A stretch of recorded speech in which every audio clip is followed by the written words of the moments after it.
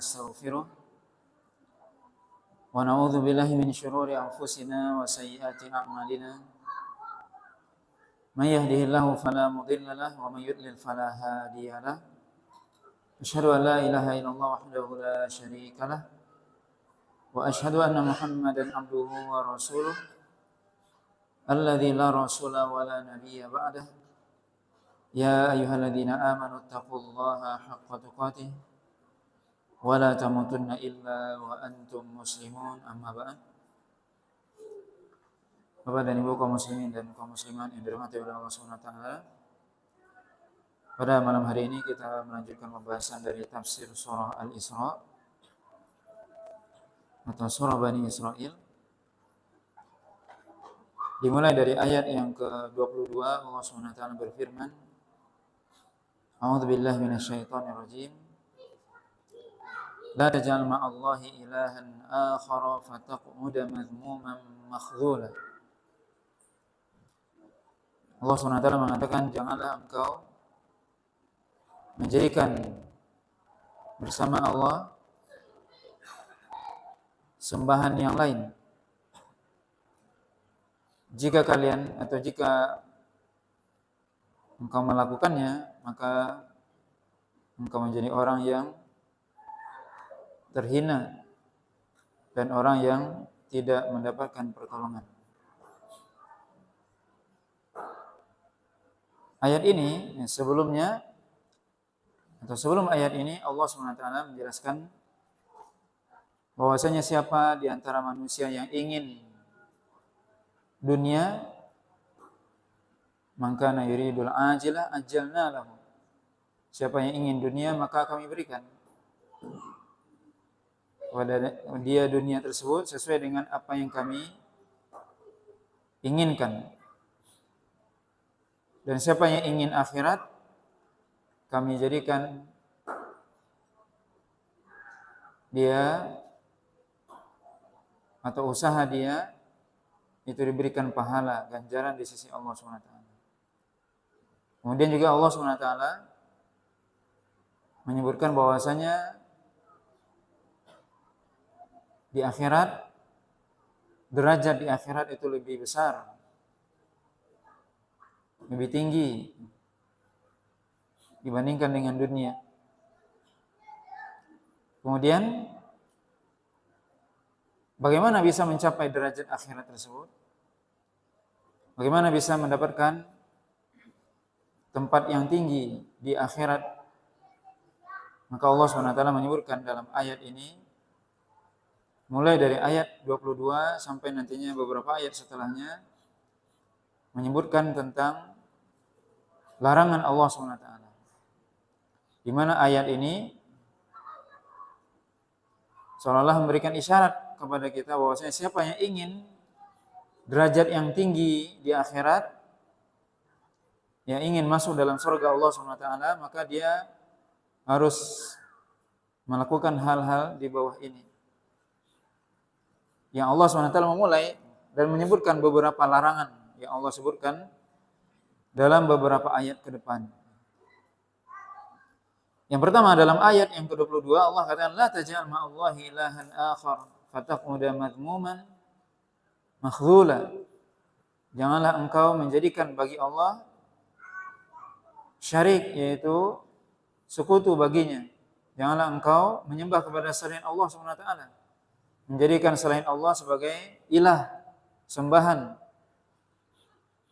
Sebab kalau Anda melakukan itu, maka Anda akan menjadi orang yang terhina di dunia dan di akhirat. Makhdhula, tidak mendapatkan pertolongan sedikit pun di dunia dan di akhirat. Maka Allah SWT memulai ayat ini dengan larangan untuk menyekutukannya, atau larangan melakukan kesyirikan. Yang mana itu adalah inti dari tauhid. Yang mana tauhid adalah terdiri dari larangan dan menetapkan. Tauhid adalah menafikan sembahan selain Allah dan menetapkan sembahan hanya untuk Allah semata. Maka ayat ini menunjukkan bahwasanya seorang yang ingin mendapatkan kedudukan yang tinggi di akhirat harus dimulai dengan tauhid, karena itu adalah dasar dan pondasi utama. Menjauhkan diri dari kesyirikan. Ketika kita ingin mendapatkan kedudukan yang tinggi di sisi Allah SWT di akhirat, maka pondasi utama, hal pertama dan yang paling utama dilakukan adalah menjauhkan diri dari kesyirikan. La taj'al ma'allahi ilahan akhar. Jangan engkau jadikan bersama Allah sembahan yang lain yang engkau sembah, yang engkau minta, yang engkau agungkan, yang engkau berharap kepadanya, yang engkau takut kepadanya. Yang kalau kalian melakukan itu, Anda akan menjadi orang yang terhina di dunia. Maka orang-orang musyrik itu terhina di dunia dan di akhirat. Makhlula, tidak mendapatkan pertolongan.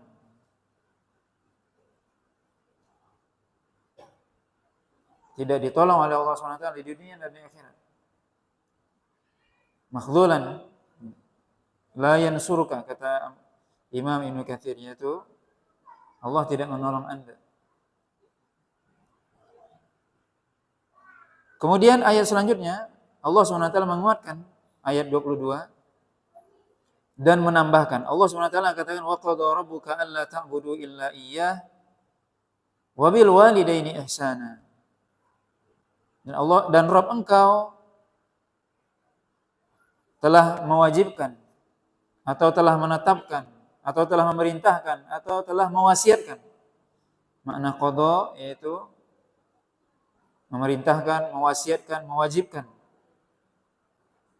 Wa qadha rabbuka alla ta'budu illa iyyah. Dan Rabb engkau telah mewasiatkan, telah mewajibkan alla ta'budu illa iyyah.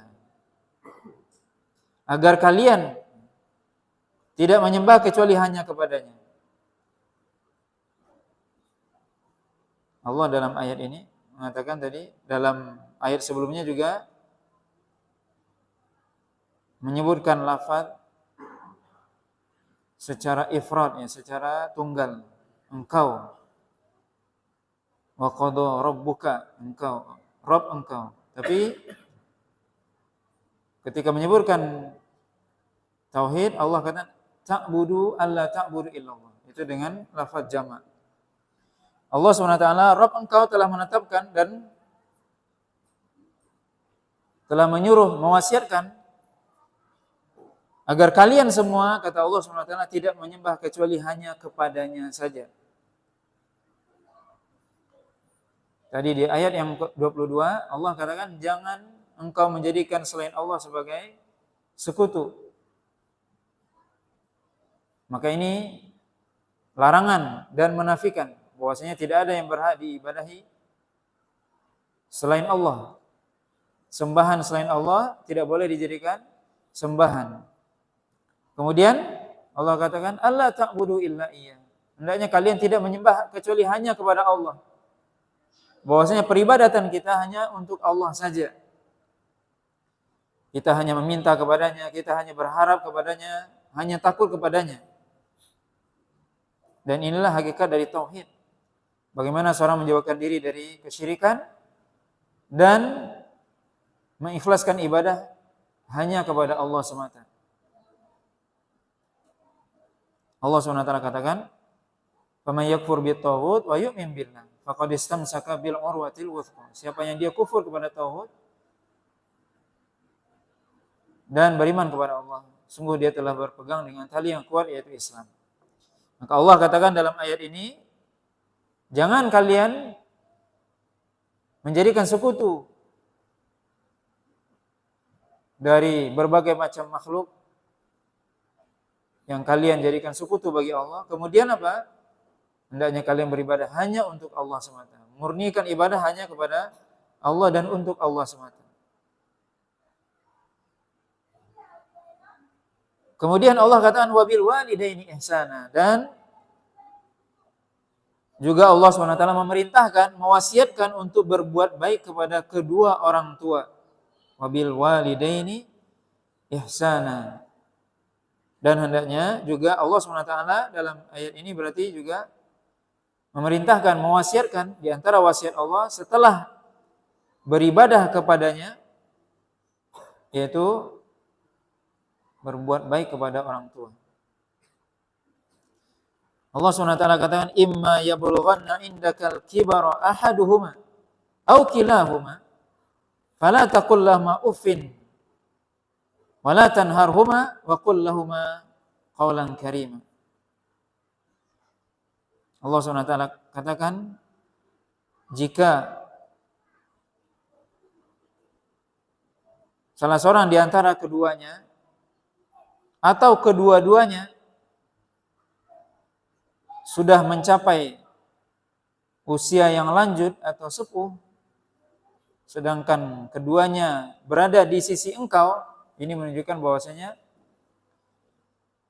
kata para ulama, bahwasanya ketika orang tua kita sudah sepuh, sudah tua, mestinya kita berada di sisi mereka. Karena Allah kata indakal kibar. Ketika mereka sudah tua, sepuh, dia berada di sisi engkau. Maka hendaknya kita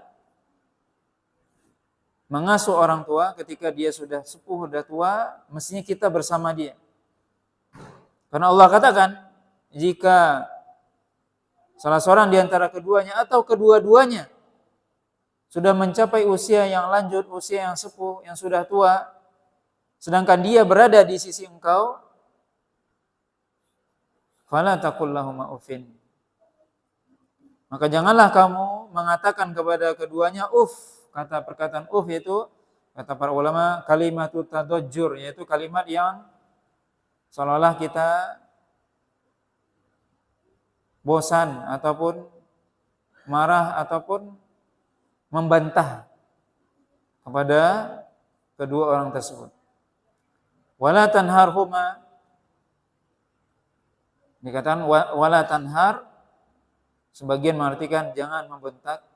Juga tanhar diartikan jangan melakukan perbuatan yang membuat mereka marah. Tadi Allah katakan fala taqul lahuma uffin, jangan mengatakan perkataan yang itu dipahami kita enggak senang sama orang tua. Kata uff itu maksudnya adalah seseorang ketika dia diperintah, misalnya dipanggil sama orang tuanya, dia ada rasa atau keluar ucapan yang seolah-olah dia tidak suka. Wala tanharhuma, termasuk melakukan perbuatan yang seolah-olah itu kita enggak suka sama orang tua. Atau isyarat. Mungkin ada sebagian orang yang dia tidak berani membantah orang tuanya dengan lisannya, tapi perbuatannya menunjukkan itu. Atau dengan isyarat. Dia tidak membentak orang tuanya, dia tidak pernah berkata kasar, tapi raut wajahnya ataupun perbuatannya, anggota tubuhnya itu kelihatan dia itu enggak suka. Misalnya ketika dipanggil oleh orang tua, diajak sama orang tua apa, atau yang semisal dengan ini. Kelihatan dari raut wajah atau dari gerak-gerik tubuhnya, bahasa tubuhnya. Seolah-olah dia tidak ridho sama orang tua. Berat baginya. Itu termasuk dari wala tanharhuma. Wa qul lahuma qawlan karima, kata Allah SWT, katakanlah kepada keduanya perkataan yang karim, yang mulia. Di sini Allah SWT tidak mengatakan qaulan hasana, perkataan yang baik, tapi kata Allah SWT qaulan karima, perkataan yang mulia. Ini tentunya lebih tinggi daripada hasan. Hasan perkataan yang baik. Tapi ini kata Allah wa qul lahuma qaulan karima. Katakanlah kepada keduanya perkataan yang mulia. Di mana Rasulullah SAW menyebutkan banyak hadis, ya, disebutkan oleh Imam Ibnu Katsir, banyak hadis tentang berbuat baik tentunya kepada orang tua, berbakti kepada kedua orang tua. Di antaranya disebutkan oleh Imam Ibnu Katsir hadis yang diriwayatkan oleh Imam Al-Bazzar dan juga yang lainnya. Hadis yang sahih diriwayatkan dari Anas bin Malik dan juga dari yang lainnya bahwasanya Nabi SAW suatu ketika naik mimbar, hadis yang masyhur sering kita dengar. Kemudian Nabi mengucapkan amin 3 kali. Kemudian Rasulullah SAW ditanya oleh para sahabat, alama amanta ya Rasulullah? Atas apa engkau mengaminkan wahai Rasul? Maka Nabi SAW mengatakan, atani Jibril. Datang kepadaku Jibril. Kemudian Jibril mengatakan, ya Muhammad, raghima anfu mri'in dzukirta indahu falam yusalli alaika. Faqul amin. Faqultu amin. Thumma qala raghima anfu mri'in dakhala alaihi syahru Ramadan thumma kharaja wa lam yughfar lah. Qul amin. Faqultu amin. Thumma qala raghima anfu mri'in adraka abawaihi aw ahadihima. Adraka abawaihi aw ahadahuma. Falam yudkhilahu al-jannata. Qul amin. Faqultu amin. Kata Jibril, wahai Muhammad, sungguh celaka atau merugi seorang yang disebut nama engkau, dia tidak bersalawat kepada engkau. Celaka orang ini atau merugi orang ini. Katakan amin. Maka aku mengatakan amin. Kemudian celaka atau merugi seorang yang dia bertemu dengan Ramadan, kemudian Ramadan meninggalkan dia, kemudian dia tidak diampuni. Katakan amin. Maka aku mengatakan amin, kata Nabi. Kemudian yang ketiga, sungguh celaka atau merugi seorang yang dia mendapati abawahi, kedua orang tuanya, au ahada huma, atau salah satu dari antara keduanya. Falam yudkhilahul jannah. Tetapi tidak membuat dia masuk ke dalam surga. Karena dia tidak berbakti kepada keduanya. Na'udzubillah. Kemudian Nabi mengatakan amin. Nabi dalam hadis ini, doa Jibril, ya, raghima anfu mri'in man adraka abawaihi au ahadahuma. Siapa yang dia mendapati kedua orang tuanya. Kedua orang tuanya masih hidup, atau salah satu di antara keduanya masih hidup, tapi dia tidak berbakti kepada keduanya. Menunjukkan bahwasanya berbakti kepada orang tua adalah amalan yang akan membuat seorang masuk ke dalam surga Allah SWT. Maka sungguh celaka orang yang dia tidak berbakti kepada orang tuanya ketika orang tuanya masih hidup. Baik satu ataupun dua orang tuanya.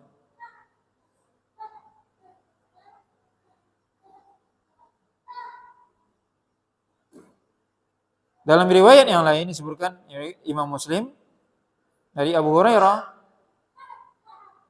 itu Nabi SAW yang berkata atau berdoa, raghima anfun, raghima anfun, raghima anfun. Rajulun adraka walidayhi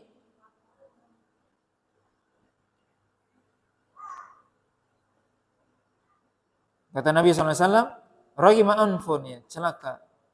3 kali Nabi SAW mengulang kalimat tersebut. Rajulun adraka walidayhi, yang seorang laki-laki yang dia mendapati kedua orang tuanya, ahadahuma au kilahuma, salah seorang atau kedua-duanya, indal kibar, ketika mereka sudah tua, sudah sepuh, tetapi dia tidak masuk surga karenanya.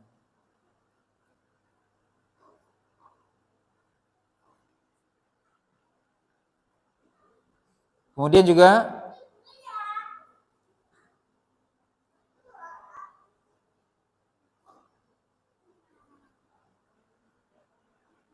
hadis yang diriwayatkan oleh Imam Nasa'i,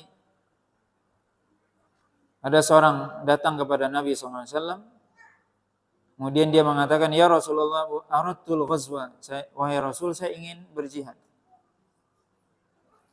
Waji'tuka astasyiruka, dan aku datang untuk bermusyawarah dengan engkau. Apa kata Nabi? Fahal laka min ummin, apakah engkau memiliki ibu? Qala na'am. Laki-laki tadi, sahabat tadi mengatakan, iya, ilzamha fa innal jannata inda rijlaiha. Kata Nabi, tetaplah bersamanya, yaitu berkhidmahlah bersamanya, berbuat baiklah kepadanya. Sungguhnya surga di bawah kedua kakinya. Hadis ini disesuaikan oleh Syalbani. Maka di sini bisa kita lihat bagaimana seorang yang dia datang kepada Nabi SAW ingin berjihad, kemudian Nabi bertanya, apakah orang tuamu masih hidup? Apakah ibumu masih hidup? Iya. Maka Nabi menyuruh dia untuk berbakti kepada ibunya. Ada juga seorang yang datang kepada Abdullah bin Abbas yang dia melakukan dosa besar. Kemudian Abdullah bin Abbas bertanya kepada dia,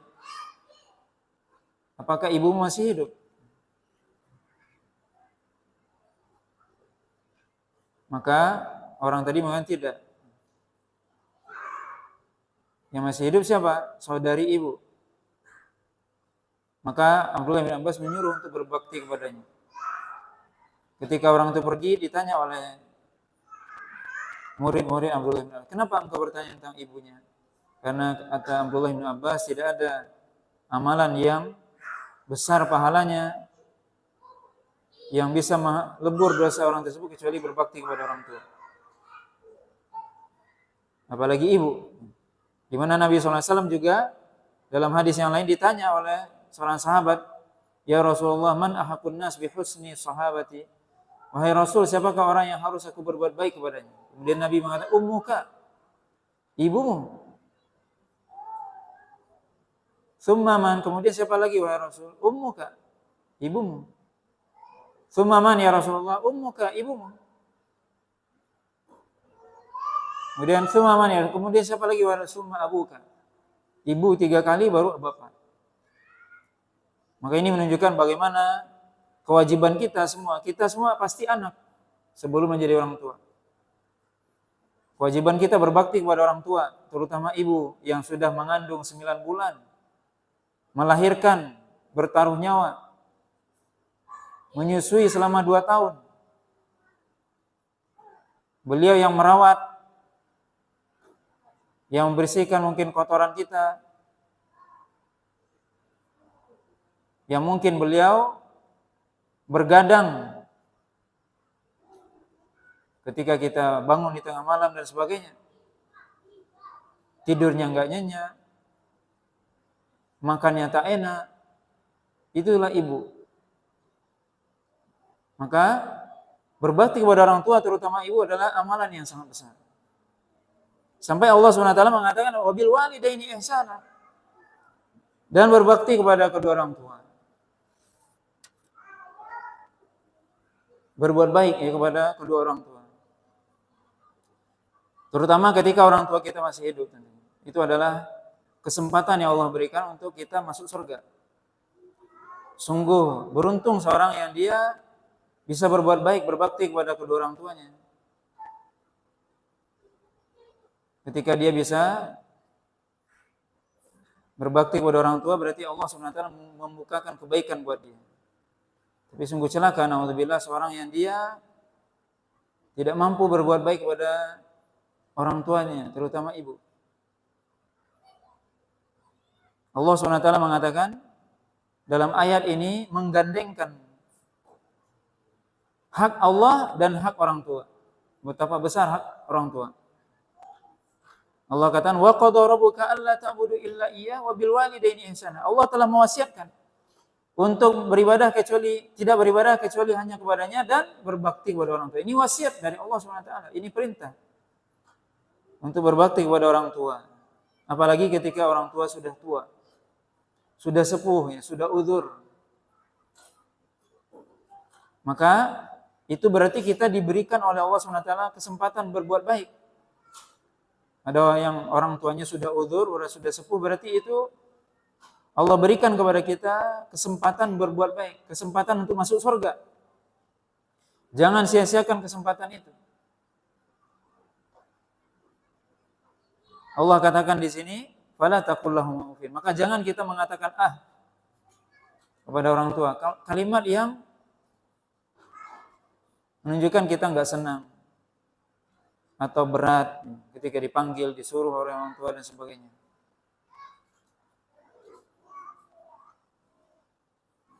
Atau tadi wala tanharhuma, atau perbuatan kita atau isyarat tubuh kita menunjukkan kita enggak suka. Mungkin orang tua ketika melihat kita seperti itu, orang tua itu pasti tidak menampakkan kekecewaannya kepada kita, tapi dia tahu itulah orang tua ya. Bagaimanapun kita, mungkin kita kadang kasar atau kurang perhatian, orang tua itu mungkin tidak pernah dia minta-minta, tapi mestinya kita yang nanya. Ini juga perhatian yang penting bagi kita untuk kita perhatikan, terutama kita laki-laki. Berbakti pada orang tua adalah suatu hal yang wajib, baik kita sudah menikah ataupun sebelum menikah. Ada sebagian orang, naudzubillah, dia sebelum menikah berbakti sama bapak dan ibunya. Setelah menikah dia tinggalkan bapak ibunya. Sibuk dia dengan orang tua, dengan istri dan anak saja. Tidak dia perhatikan orang tuanya. Tidak pernah dia bertanya. Sibuk dengan istri dan anak. Yang diperhatikan makan istri dan anak aja. Orang tuanya dia tidak pernah dia perhatikan. Sudah makan belum ibu? Tidak pernah dia tanya. Tapi kalau anaknya minta, cepat dia. Istrinya minta, cepat dia. Orang tuanya minta, kelak dulu ibu.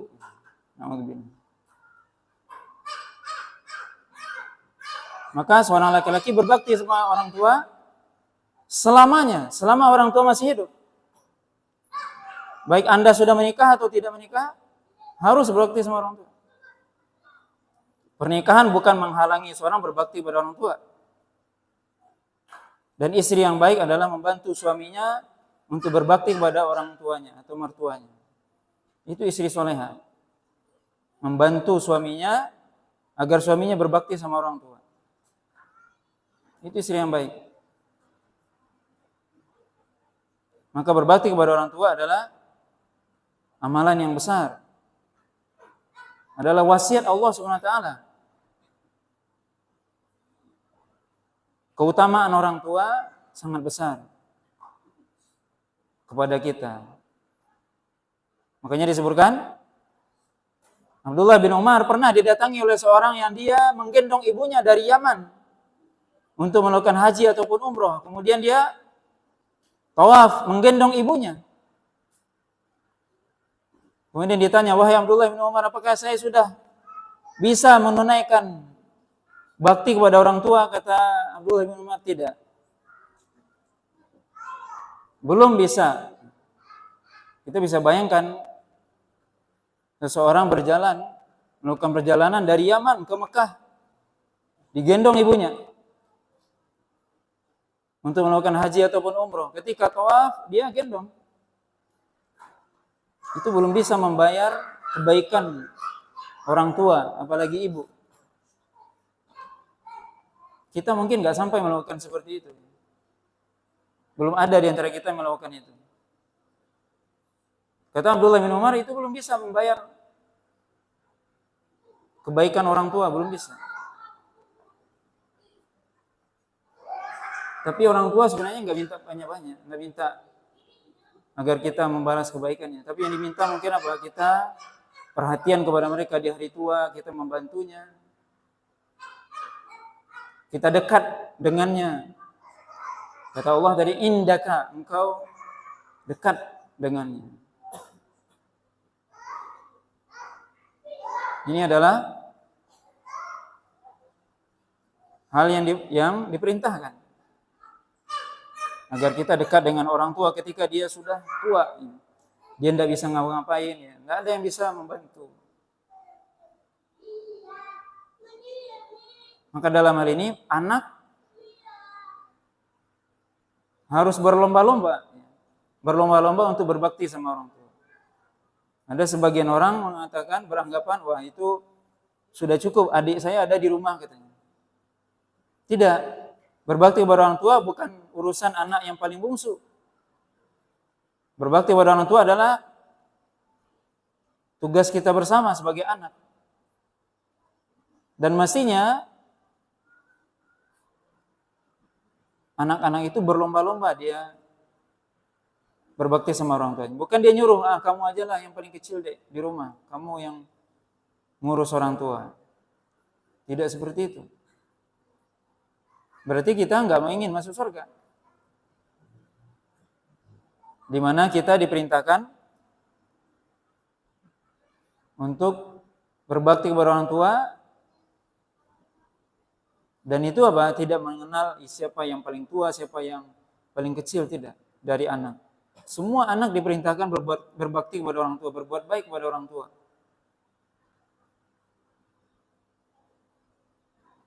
Kemudian Allah SWT katakan waqfid lahuma. Ini menegaskan ayat sebelumnya. Waqfid lahuma janahad dhulli minar rahmah. Wa qur rabbirhamhuma kama rabbayani shaghira. Kata Allah waqfid lahuma janahad dhull, dan rendahkanlah dirimu. Rendahkanlah dirimu di hadapan keduanya. Allah SWT menyuruh kita untuk merendahkan diri dengan di hadapan orang tua. Minar rahmah, dengan penuh kasih sayang. Kita diperintahkan merendahkan diri kita di hadapan orang tua. Jangan kita merasa hebat di hadapan orang tua. Mungkin orang tua kita cuma tamat SD, kita insinyur atau S1, S2, S3, profesor. Terus kita merasa hebat. Tidak. Anak yang berbakti dia merendahkan diri di hadapan orang tuanya. Dia tidak menganggap dirinya hebat, enggak. Imam Abu Hanifah, seorang imam. Itu beliau apa? Ketika ibunya bertanya, wahai Abu Hanifah, tolong kamu tanyakan kepada si fulan, apa hukumnya ini? Si fulan itu muridnya Abu Hanifah. Maka pergilah Imam Abu Hanifah kepada muridnya itu. Dan bertanya, apa hukumnya ini? Terkejutlah muridnya. Wahai imam, ini pertanyaan ini engkau yang bisa menjawab. Dan engkau yang bisa memberi jawaban. Apa kata Imam Abu Hanifah? Tidak, ini perintah ibuku. Ini perintah ibuku. Pergi. Dia tidak mengatakan, oh itu si fulan itu murid aku, biar aku yang jawab. Enggak seperti itu. Ini perintah ibunya. Dia tahu si fulan ini yang berilmu. Maka pergi Imam Abu Hanifah. Juga seorang ulama, dia sedang pengajian seperti ini, datang ibunya. Fulan, tolong kasih makan ayam. Berhenti pengajian, tutup dulu. Aku pergi ngasih makan ayam dulu ya, sebentar. Subhanallah, begitu. Dia tidak bilang, oh lagi live ini, enggak bisa ini. Enggak. Mau live, mau apa, aku mau pergi dulu. Mau ngasih makan ayam. Subhanallah. Begitu orang-orang soleh di zaman dahulu. Sebagian para ulama menyebutkan apa? Ketika ada seorang ulama yang dia, kalau di hadapan ibunya seperti orang yang sakit. Apakah si fulan sakit? Enggak dia enggak sakit. Tapi begitulah dia benar-benar merendahkan diri di hadapan ibunya. Orang tuanya. Bahkan dikatakan mereka tidak mampu melihat wajah, enggak berani melihat wajah orang tuanya. Karena takut kalau seandainya dia salah. Ini ya, bisa kita lihat bagaimana kita bisa baca kisah ulama-ulama terdahulu, orang-orang soleh di zaman dahulu, bagaimana mereka berbakti pada orang tua. Dan tentunya seorang ketika dia berbakti pada orang tua itu tanda kebaikan buat dia di dunia dan di akhirat. Dan hidupnya biasanya berkah. Orang yang berbakti pada orang tua hidupnya berkah. Diberikan keberkahan oleh Allah SWT. Tapi naudzubillah, siapa orang yang dia tidak berbakti pada orang tua, durhaka sama orang tua, biasanya hidupnya enggak berkah, sengsara dunia akhiratnya. Maka Allah SWT katakan waqfid lahuma janahad dhulli minar rahmah. Rendahkan dirimu di hadapan kedua orang tua dengan penuh kasih sayang. Rendahkan diri. Jangan kita merasa hebat, merasa kita mungkin lebih berpendidikan atau lebih kaya misalnya. Atau karena kita punya jabatan dan sebagainya, tidak.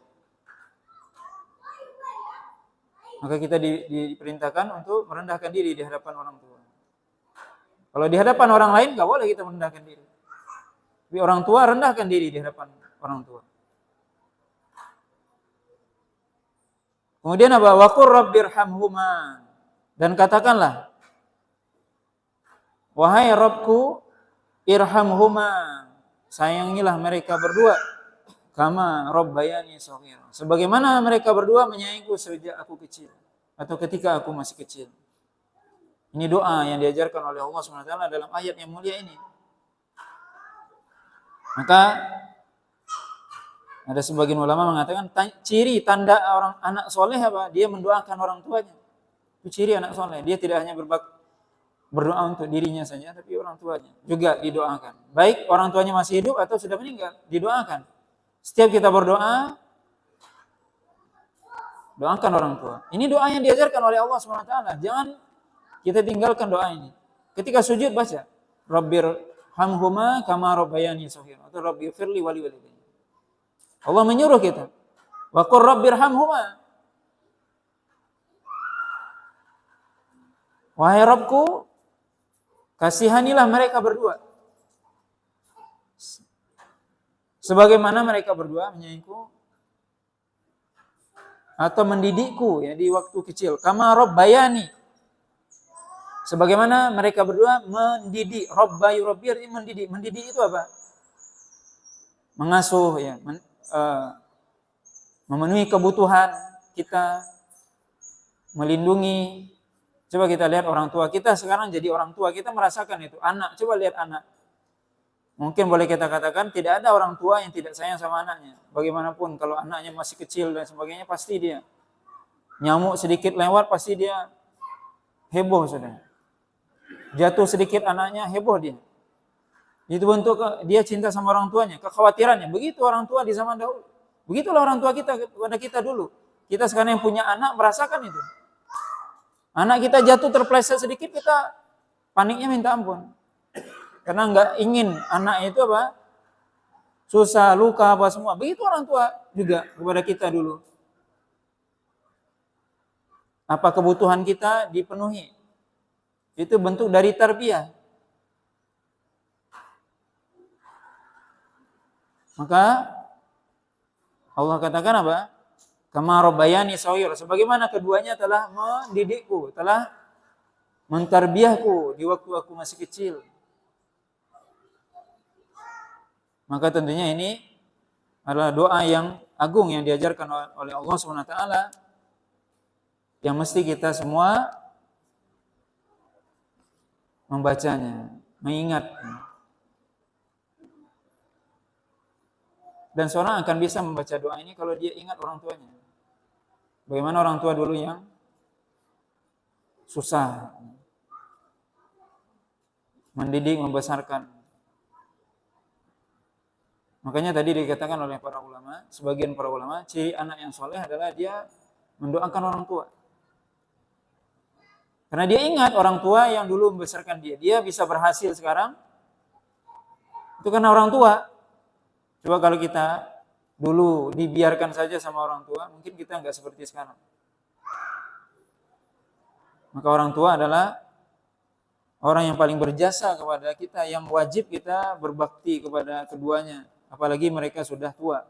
Apalagi ketika mereka sudah sepuh, sudah tua renta.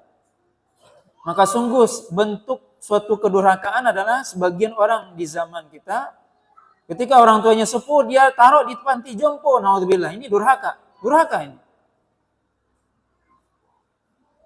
Dia taruh orang tuanya di mana? Di panti jompo. Naudzubillah. Ini sebenarnya apa? Budaya barat ini, yang diadopsi ke kaum muslimin. Ini budaya orang-orang kafir. Meletakkan orang tua di panti jompo, itu budaya orang kafir.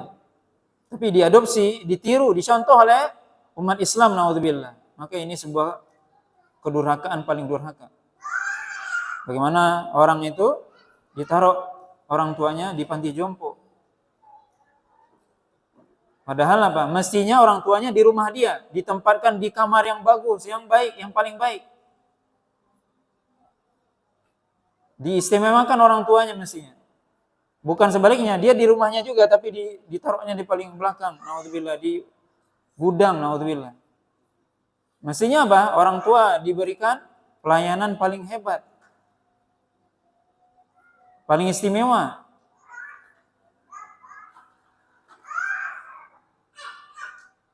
Bagaimana kita bisa tahu? Kita semua tahu kisah 3 orang yang masuk goa, yang kemudian goa itu tertutup oleh batu. Kemudian ada amalan salah seorang di antara mereka apa? Yang dia sangat berbakti kepada orang tuanya. Dia pengembala kambing. Yang tiap hari dia selesai mengembalakan kambing, dia memerahkan susu buat orang tuanya.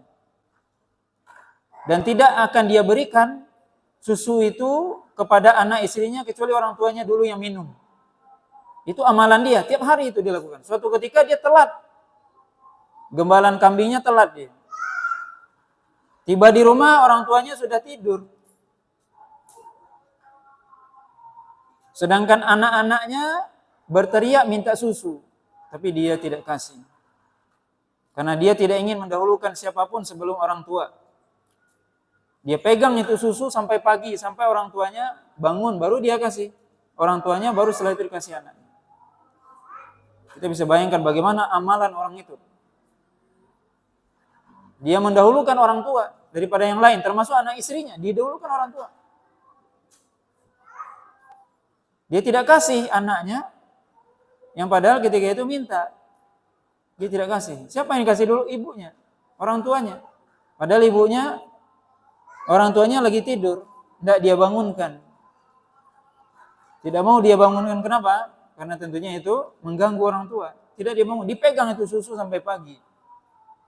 Dia sendiri nggak tidur, dipegang sampai pagi. Kita bisa bayangkan, subhanallah, adakah orang yang melakukan amalan seperti itu di hari ini? Mungkin nggak ada. Bagaimana ya, baktinya kepada orang tua sangat hebat. Dan mungkin masih banyak ya kisah-kisah sebenarnya. Kalau kita mau baca ya, bagaimana kisah terutama orang-orang soleh, para ulama terdahulu. Mereka orang soleh, mereka para ulama. Tapi ketika berbakti sama orang tua, itu sangat hebat. Sangat hebat ya. Maka mungkin kita perlu membaca sejarah ulama terdahulu, bagaimana bakti mereka pada orang tua, sehingga apa? Itu menjadi pelajaran bagi kita. Yang mungkin menurut kita itu seperti dongeng ya, seperti dongeng, tapi itu bukan dongeng. Itu adalah kenyataan ya, bagaimana orang-orang soleh di zaman dahulu itu berbakti pada orang tua. Dan mungkin itulah sebab mereka di antara para ulama itu menjadi ilmunya menjadi berkah. Amalannya berkah. Dan hidup mereka berkah. Bisa jadi kenapa? Karena berbakti sama orang tua. Karena doa orang tua. Biasanya orang tua ketika anaknya berbakti baik, maka keluar doa. Tanpa diminta orang tua mendoakan. Semoga anak kamu menjadi orang yang baik. Cukup perkataan itu akan membuat anak itu baik dunia akhirat. Itu yang kita minta, itu yang kita cari. Kita ingin doa dari orang tua. Bagaimana caranya? Senangkan orang tua. Berbakti kepadanya, berbuat baik kepadanya. Nah, wallahu ta'ala, ini beberapa ayat yang bisa kita baca pada malam hari ini. Mudah-mudahan bermanfaat. Wallahu ta'ala a'lam.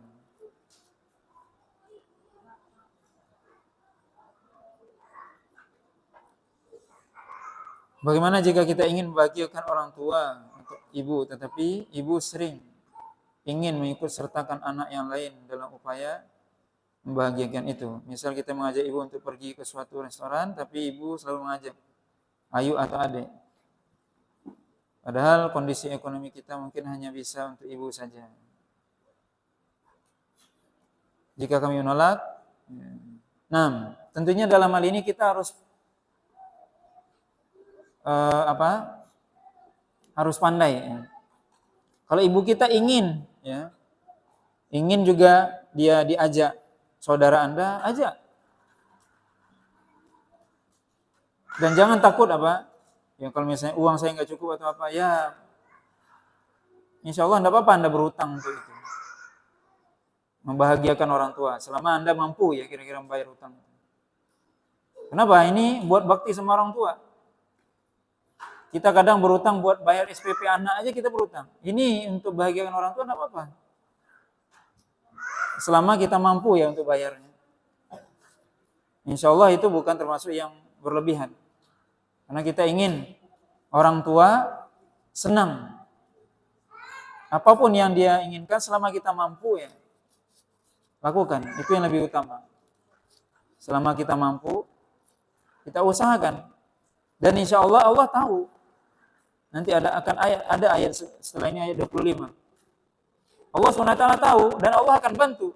Kalau kita benar-benar berbakti sama orang tua, Allah akan berikan kecukupan. Allah tahu kita, niat kita.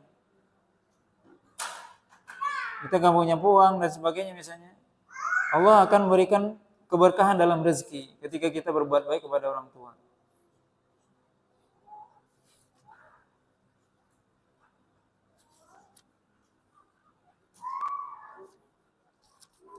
Ya, mengapa Allah mengatakan ketika orang tua sudah tua tidak boleh katakan bukankah kita tidak boleh katakan walaupun mereka masih muda? Iya benar, benar.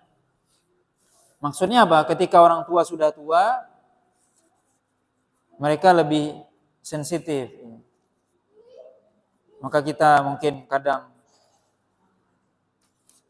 mengatakan perkataan yang seperti itu ataupun yang semisal dengan itu, atau mungkin cuma perbuatan atau isyarat dari gitu, mereka akan lebih sensitif. Bukan berarti kalau orang tua masih muda kita boleh melawan, enggak, bukan itu maksudnya. Tapi ini adalah ketika orang tua sudah tua, itu sangat sensitif orang tua. Ya tetap kita tidak boleh membantah orang tua, dia masih muda kah atau sudah tua, enggak boleh. Tetapi tentunya lebih tua itu lebih besar perhatian kita kepada mereka.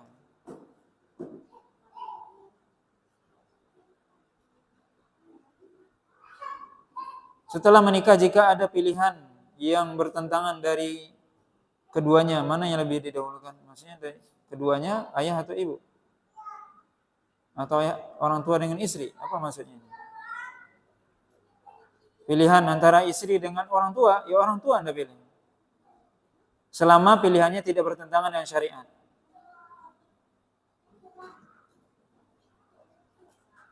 Tentunya mendahulukan orang tua itu lebih utama. Selama yang diperintahkan orang tua itu tidak melanggar syariat. Kalau melanggar syariat nggak boleh.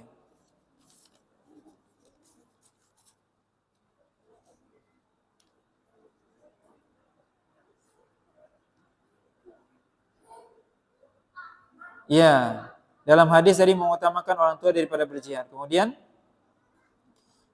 dalam surah Taubah ya mengutamakan lebih mencintai, beda, lebih mencintai. Kalau Anda lebih mencintai bapak, istri, anak dan seterusnya, maka tunggu azab Allah. Ya, apa maksud ini? Di sini tentunya apa? Bahwasanya seseorang diperintahkan apa? Untuk berbakti kepada orang tuanya. Tapi ketika orang tuanya masih ada, jihad itu ada dua macam. Ada yang jihad fardu ain, ada fardu kifayah. Kalau jihadnya fardu kifayah, maka kalau seandainya seorang masih punya orang tua, maka tadi disebutkan oleh Nabi menyuruh orang tua untuk berbakti sama orang tua dulu. Karena itu berbakti pada orang tua fardu ain, sedangkan berjihad fardu kifayah. Beda dengan apa yang dimaksud dalam ayat surah At-Taubah itu adalah kalau kita lebih mencintai mereka sehingga kita melakukan hal yang walaupun itu bertentangan dengan syariat. Tentunya kita mencintai orang tua boleh, mencintai anak istri boleh, tetapi tidak boleh kecintaan itu melebihi cinta kita kepada Allah dan Rasulnya, itu maksudnya. Termasuk berjihad. Nah, boleh kita melebihkan cinta kita sehingga kita tidak melakukan syariat atau melanggar syariat demi orang tua, itu enggak boleh. Jadi tingkatan kita mencintai apa? Allah dan Rasulnya, kemudian orang tua. Kalau ada perintah orang tua yang menyelisih syariat, tidak boleh kita ikuti.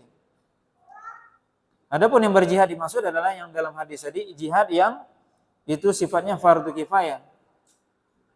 Orang semua bisa berangkat ini. Kita sendiri yang enggak ikut tidak akan memberikan pengaruh dalam jihad tersebut. Maka boleh, kata Nabi tadi, hendaknya kamu apa? Berjihad untuk berbakti kepada orang tua.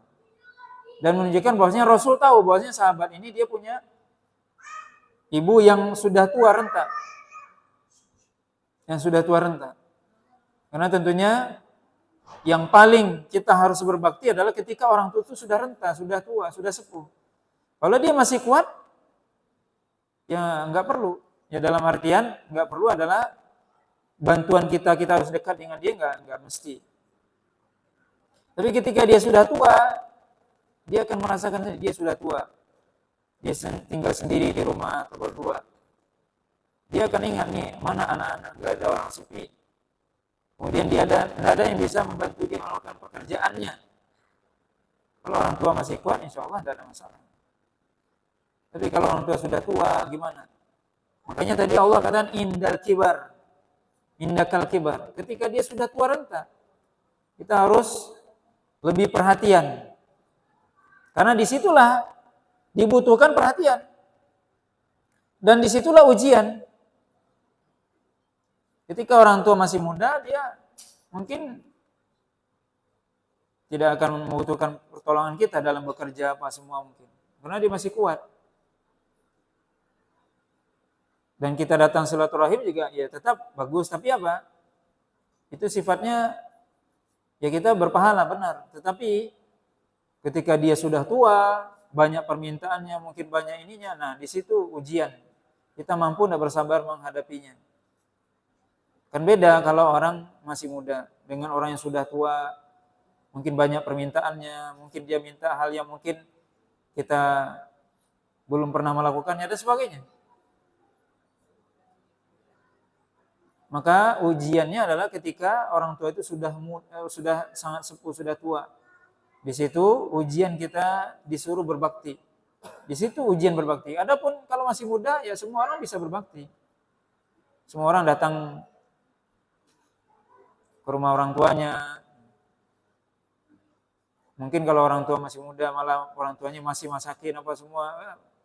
Tapi kalau sudah tua dia nggak bisa ngapa-ngapain. Anda harus stay di rumah. Berkhidmah, mengurus seluruh kebutuhannya. Itu yang dimaksud. Ketika orang tua sudah tua. Disitulah kita sebagai anak diberikan oleh Allah SWT kesempatan berbuat baik. Dan itu ujian. Siapakah anak yang paling berbakti? Itu kelihatan ketika sudah masih tua. Kalau masih muda ya mungkin banyak anak-anak yang pulang. Karena dia biasanya kalau pulang dari rumah orang tuanya dikasih sangu. Sering-seringlah ke rumah bapak, ke rumah ibu katanya. Orang tuanya masih kaya. Orang tuanya masih kerja. Pulang dari apa? Dari rumah orang tuanya bawa sangu dia. Bawa bekal maksudnya. Tapi kalau sudah tua gimana? Siapa yang mau? Orang tua sudah tidak kerja, mengerjakan apa tidak bisa. Nah itu mulai. Siapa anak yang mau ke sana? Yang mengurusin orang tuanya, misalnya mandikan orang tua, yang memasak di rumah orang tuanya, yang mengurus rumah orang tuanya. Siapa? Itu ujiannya di situ. Tidak ada yang mau ngasih sangu nanti. Oh mana orang tuanya beda renta. Di situ baru kelihatan siapa yang benar-benar cinta sama orang tuanya. Kalau kemarin masih muda ya mungkin dia datang sama orang tua karena sering dikasih. Sering-sering ke rumah orang tua karena sering dikasih. Tapi sekarang sudah nggak bisa ngasih. Masih sering kita datang, di situ terbukti. Itu pembuktian kita benar-benar sayang sama orang tua atau tidak. Di situ ujiannya. Benar-benar kita mengasuh, merawat, memelihara di situ. Nah, wallahu ta'ala alam. Ini yang bisa kita sampaikan. Mudah-mudahan kita semua menjadi orang dan anak yang berbakti kepada orang tua kita. Wallahu ta'ala alam. Wassallallahu ala nabiyina Muhammadin wa ala alihi wasallam. Wassalamualaikum warahmatullahi wabarakatuh.